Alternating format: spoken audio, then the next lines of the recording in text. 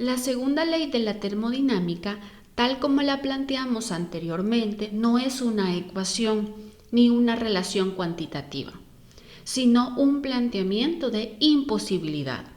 No obstante, sí podemos expresar esta ley como una relación cuantitativa empleando el concepto de entropía, concepto que explicaremos en esta oportunidad.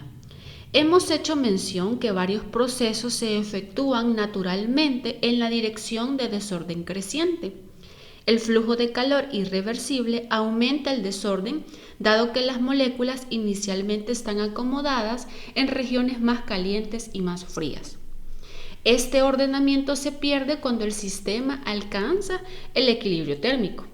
La adición de calor a un cuerpo aumenta su desorden porque aumenta las velocidades moleculares medias y con ello la aleatoriedad del movimiento molecular. Un ejemplo podría ser cuando estallan los fuegos pirotécnicos.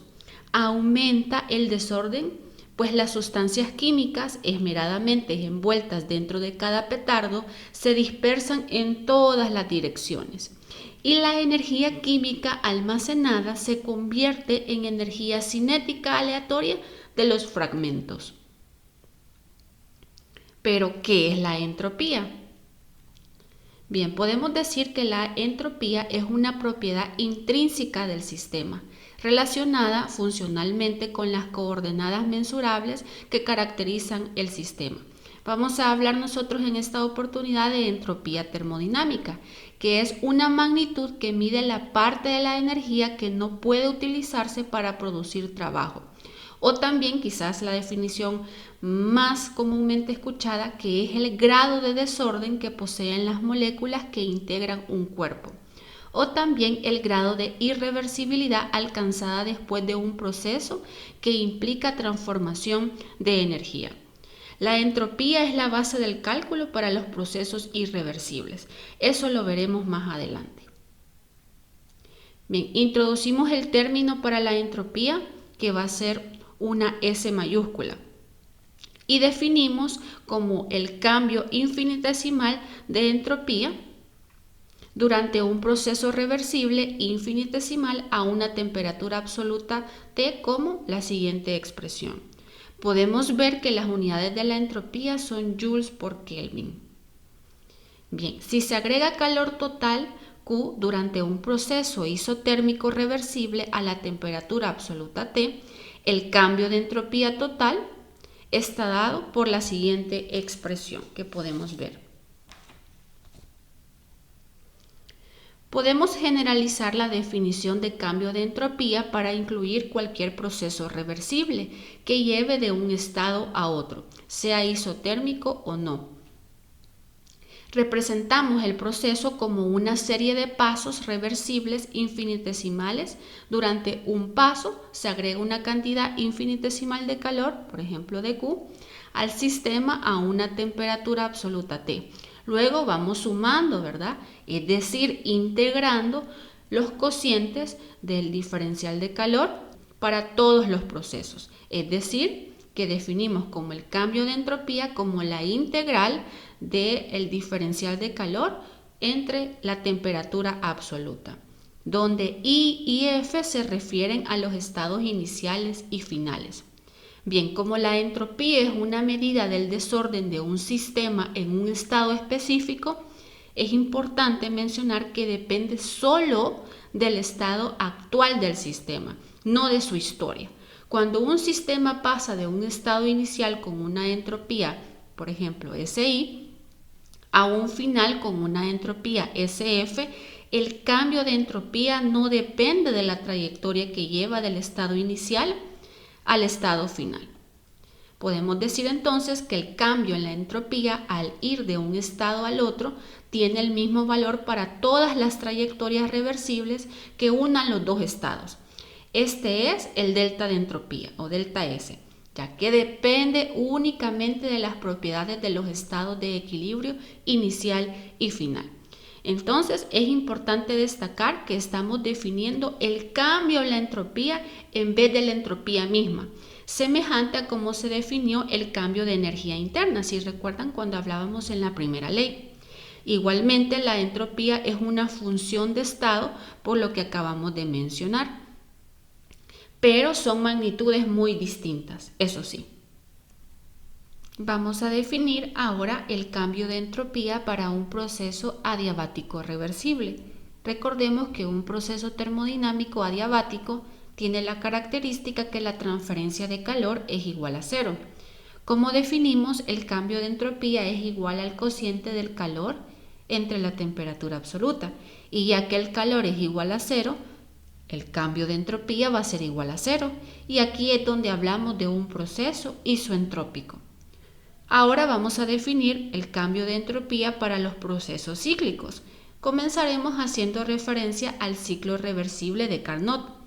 Consideremos los cambios de entropía para una máquina de Carnot que funciona entre las temperaturas T sub C y T sub H. Esta transferencia de energía solo ocurre durante las porciones isotérmicas del ciclo de Carnot, por lo que habíamos mencionado anteriormente, ¿verdad? Que en las etapas adiabáticas el cambio de entropía es igual a cero. Bien, el cambio de entropía va a ser entropía final menos entropía inicial. En este caso sería el cociente de Q sub H entre T sub H menos Q sub C entre T sub C. En el ciclo de Carnot habíamos definido la siguiente expresión, que el cociente de los valores absolutos de los calores transferidos, es decir, Q sub C entre Q sub H, es igual al cociente de las temperaturas, T sub C entre T sub H. Vamos a despejar de esta expresión Q sub C. Q sub H que está dividiendo pasa al otro lado a multiplicar. Y de la expresión que acabamos de obtener para el cambio de entropía para un ciclo de Carnot, voy a sustituir Q sub C por esta expresión. Y nos queda de la siguiente manera. Se puede demostrar que T sub C se va con T sub C al desarrollar el cociente de estas fracciones. Y nos quedaría de la siguiente manera. Si se fijan, son los mismos términos. Por tanto, podemos decir que el cambio de entropía en un ciclo reversible de Carnot es igual a cero. Ahora consideremos un sistema que se lleva a través de un ciclo reversible arbitrario, no de Carnot.